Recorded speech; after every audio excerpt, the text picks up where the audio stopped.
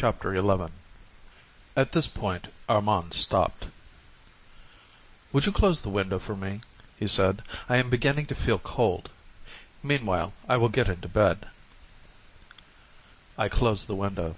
Armand, who was still very weak, took off his dressing gown and lay down in bed, resting his head for a few moments on the pillow, like a man who is tired by much talking or disturbed by painful memories. "Perhaps you have been talking too much," I said to him. "Would you rather for me to go and leave you to sleep? You can tell me the rest of the story another day. Are you tired of listening to it?" "Quite the contrary." "Then I will go on. If you left me alone, I should not sleep." When I returned home, he continued, without needing to pause and recollect himself, so fresh were all the details in his mind. I did not go to bed, but began to reflect over the day's adventure. The meeting, the introduction, the promise of Marguerite, had followed one another so rapidly and so unexpectedly that there were moments when it seemed to me I had been dreaming. Nevertheless, it was not the first time that a girl like Marguerite had promised herself to a man on the morrow of the day of which he had asked for the promise. Though, indeed, I made this reflection, the first impression produced on me by my future mistress was so strong that it still persisted. I refused obstinately to see in her a woman like other women, and, with the vanity so common to all men, I was ready to believe that she could not but share the attraction which drew me to her.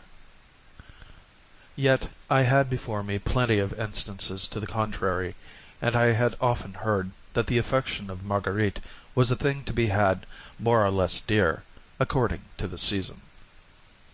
But, on the other hand, how was I to reconcile this reputation with her constant refusal of the young Count whom we had found at her house? You may say that he was unattractive to her, and that, as she was splendidly kept by the Duke, she would be more likely to choose a man who was attractive to her, if she were to take another lover.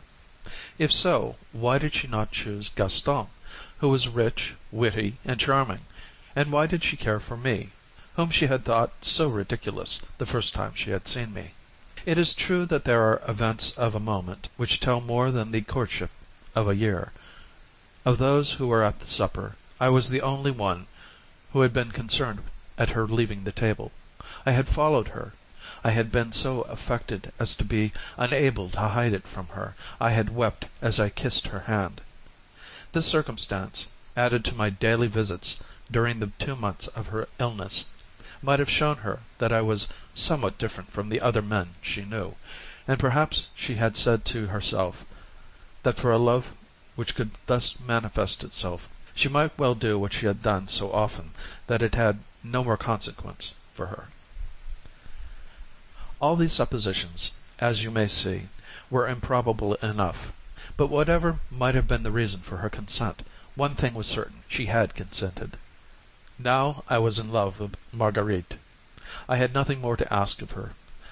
Nevertheless, though she was only a kept woman, I had so anticipated for myself, perhaps to poeticize it a little, a hopeless love, that the nearer the moment approached when I should have nothing more to hope, the more I doubted.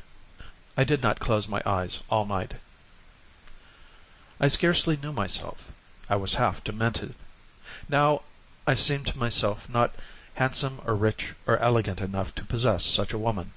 Now I was filled with vanity at the thought of it. Then I began to fear lest Marguerite had no more than a few days' caprice for me, and I said to myself that since we should soon have to part, it would be better not to keep her appointment, but to write and tell her my fears and leave her. From that I went on to unlimited hope, unbounded confidence. I dreamed incredible dreams of the future. I said to myself that she should owe to me her moral and physical recovery, that I should spend my whole life with her, and that her love should make me happier than all the maidenly loves in the world. But I cannot repeat to you the thousand thoughts that rose from my heart to my head, and that only faded away with the sleep that came to me at daybreak. When I awoke, it was 2 o'clock. The weather was superb. I don't think life ever seemed to me so beautiful and so full of possibilities. The memories of the night before came to me without shadow or hindrance, escorted gaily by the hopes of the night to come. From time to time my heart leapt with love and joy in my breast. A sweet fever thrilled me. I thought no more of the reasons which had filled my mind before I slept. I saw only the result. I thought only of the hour when I was to see Marguerite again. It was impossible to stay indoors. My room seemed too small to contain my happiness. I needed the whole of nature to unbosom myself. I went out. Passing by the Rue d'Antin, I saw Marguerite's coupe waiting for her at the door. I went toward the Champs-Élysées. I loved all the people whom I met. Love gives one a kind of goodness. After I had been walking for an hour from the Marly horses to the Rond-Point, I saw Marguerite's carriage in the distance. I divined rather than recognized it. As it was turning the corner of the Champs-Élysées, it stopped, and a tall young man left a group of people with whom he was talking and came up to her. They talked for a few moments. The young man returned to his friends, the horses set out again, and as I came near the group I recognized the one who had spoken to Marguerite as the Comte de G., whose portrait I had seen and whom Prudence had indicated to me as the man to whom Marguerite owed her position. It was to him that she had closed her doors the night before. I imagined that she had stopped her carriage in order to explain to him why she had done so, and I hoped that at the same time she had found some new pretext for not receiving him on the following night. How I spent the rest of the day I do not know. I walked, smoked, talked, but what I said, whom I met, I had utterly forgotten by 10 o'clock in the evening. All I remember is that when I returned home I spent 3 hours over my toilet, and I looked at my watch and my clock 100 times, which unfortunately both pointed to the same hour. When it struck 10:30, I said to myself that it was time to go. I lived at that time in the Rue de Provence.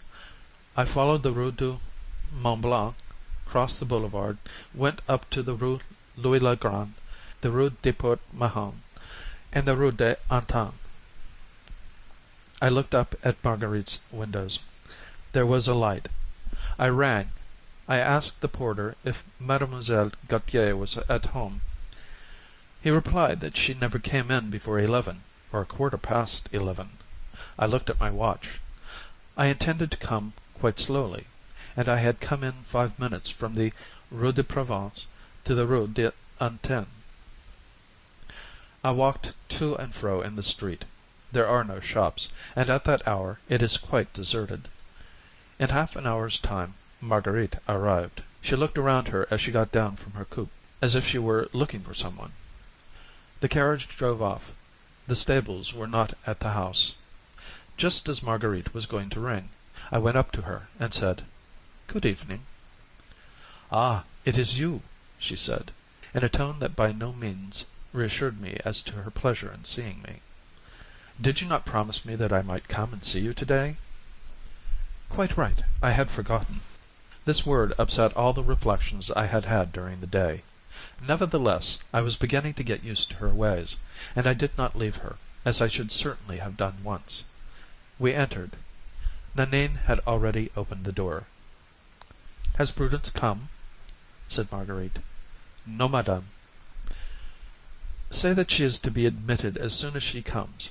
But first put out the lamp in the drawing-room, and if anyone comes, say that I have not come back and shall not be coming back." She was like a woman who is preoccupied with something, and perhaps annoyed by an unwelcome guest. I did not know what to do or say. Marguerite went toward her bedroom. I remained where I was. "Come," she said. She took off her hat and her velvet cloak and threw them on the bed, then let herself drop into a great armchair beside the fire, which she kept till the very beginning of summer, and said to me as she fingered her watch chain, "Well, what news have you got for me?" "None, except that I ought not to have come tonight." "Why?" "Because you seem vexed, and no doubt I am boring you." "You are not boring me. Only I am not well. I have been suffering all day. I could not sleep, and I have a frightful headache." "Shall I go away and let you go to bed?" "Oh, you can stay. If I want to go to bed, I don't mind your being here." At that moment there was a ring. "Who is coming now?" she said, with an impatient movement. A few minutes after there was another ring. "Isn't there anyone to go to the door? I shall have to go." She got up and said to me, "Wait here." She went through the rooms, and I heard her open the outer door. I listened. The person whom she had admitted did not come farther than the dining room. At the first word I recognized the voice of the young Comte de N. "How are you this evening?" he said. "Not well," replied Marguerite dryly. "Am I disturbing you?" "Perhaps." "How you receive me! What have I done, my dear Marguerite?" "My dear friend, you have done nothing. I am ill. I must go to bed, so you will be good enough to go. It is sickening not to be able to return at night without your making your appearance 5 minutes afterward. What is it you want? For me to be your mistress? Well, I have already told you 100 times, no. You simply worry me, and you might as well go somewhere else. I repeat to you today, for the last time, I don't want to have anything to do with you. That's settled. Good-bye. Here's Nanine coming. She can light you to the door. Good night." Without adding another word, or listening to what the young man stammered out, Marguerite returned to the room and slammed the door. Nanine entered a moment after. "Now, understand," said Marguerite, "you are always to say to that idiot that I am not in, or that I will not see him. I am tired out with seeing people who always want the same thing, who pay me for it, and then think they are quit of me. If those who are going to go in for our hateful business only knew what it really was, they would sooner be chambermaids. But no, vanity, the desire of having dresses and carriages and diamonds, carries us away. One believes what one hears, for here, as elsewhere, there is such a thing as belief, and one uses up one's heart, one's body, one's beauty, little by little. One is feared like a beast of prey, scorned like a pariah, surrounded by people who always take more than they give, and one fine day one dies like a dog in a ditch, after having ruined others and ruined one's self." "Come, come, madame, be calm," said Nanine. "Your nerves are a bit upset tonight." "This dress worries me," continued Marguerite, unhooking her bodice. "Give me a dressing gown. Well, and Prudence? She has not come yet, but I will send her to you, madame, the moment she comes." "There's one now," Marguerite went on, as she took off her dress and put on a white dressing gown. "There's one who knows very well how to find me when she is in want of me, and yet she can't do me a service decently.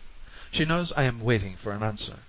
She knows how anxious I am, and I am sure she is going about on her own account without giving a thought to me. Perhaps she had to wait. Let us have some punch." "It will do you no good, madame," said Nanine. "So much the better. Bring some fruit, too, and a pâté or a wing of chicken, something or other, at once. I am hungry."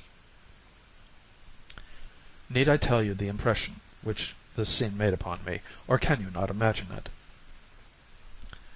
"You are going to have supper with me," she said to me.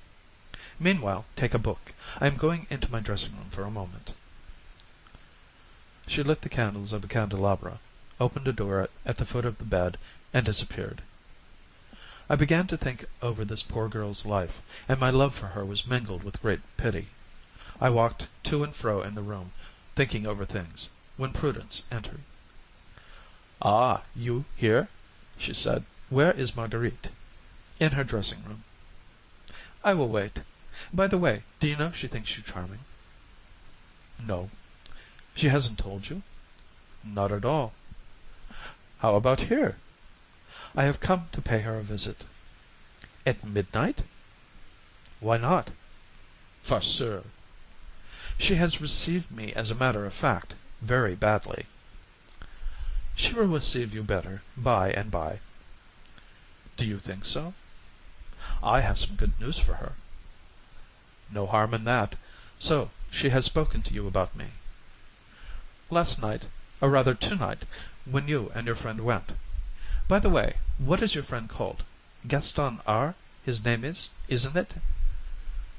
"Yes," said I, not without smiling, as I thought of what Gaston had confided to me, and saw that Prudence scarcely even knew his name.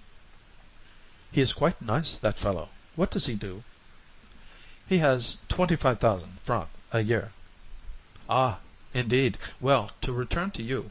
Marguerite asked me all about you, who you were, what you did, what mistresses you had had, in short, everything that one could ask about a man of your age. I told her all I knew, and added that you were a charming young man. That's all." "Thanks. Now tell me what it was she wanted to say to you last night." "Nothing at all. It was only to get rid of the count. But I have really something to see her about to-day, and I am bringing her an answer now." At this moment Marguerite reappeared from her dressing-room, wearing a coquettish little nightcap with bunches of yellow ribbons, technically known as cabbages. She looked ravishing. She had satin slippers on her bare feet, and was in the act of polishing her nails. "Well," she said, seating Prudence, "have you seen the duke?"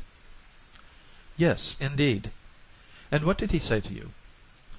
"He gave me—" "How much?" 6,000. "Have you got it?" "Yes." "Did he seem put out?" "No." "Poor man." This "poor man" was said in a tone impossible to render. Marguerite took the 6 notes of 1,000 francs. "It was quite time," she said. "My dear Prudence, are you in want of any money?" "You know, my child, it is the 15th in a couple of days, so if you could lend me 300 or 400 francs, you would do me a real service." "Send over tomorrow. It is too late to get change now." "Don't forget." "No fear. Will you have supper with us?" "No. Charles is waiting for me." "You are still devoted to him?" "Crazy, my dear. I will see you tomorrow. Goodbye, Armand." Madame Duvernoy went out. Marguerite opened the drawer of a side table and threw the banknotes into it. "Will you permit me to get into bed?" she said, with a smile, as she moved toward the bed. "Not only permit, but I beg of you." She turned back the covering and got into bed. "Now," said she, "come and sit down by me, and let's have a talk." Prudence was right. The answer that she had brought to Marguerite had put her into a good humor. "Will you forgive me for my bad temper tonight?" she said, taking my hand. "I am ready to forgive you as often as you like." "And you love me?" "Madly." "In spite of my bad disposition?" "In spite of it all." "You swear it?" "Yes," I said in a whisper. Nanine entered, carrying plates, a cold chicken, a bottle of claret, and some strawberries. "I haven't had any punch made," said Nanine. "Claret is better for you. Isn't it, sir?" "Certainly," I replied, still under the excitement of Marguerite's last words, my eyes fixed ardently upon her. "Good," said she. "Put it all on the little table, and draw it up to the bed. We will help ourselves. This is the 3rd night you have sat up, and you must be in want of sleep. Go to bed. I don't want anything more." "Shall I lock the door?" "I should think so. And above all, tell them not to admit anybody before midday."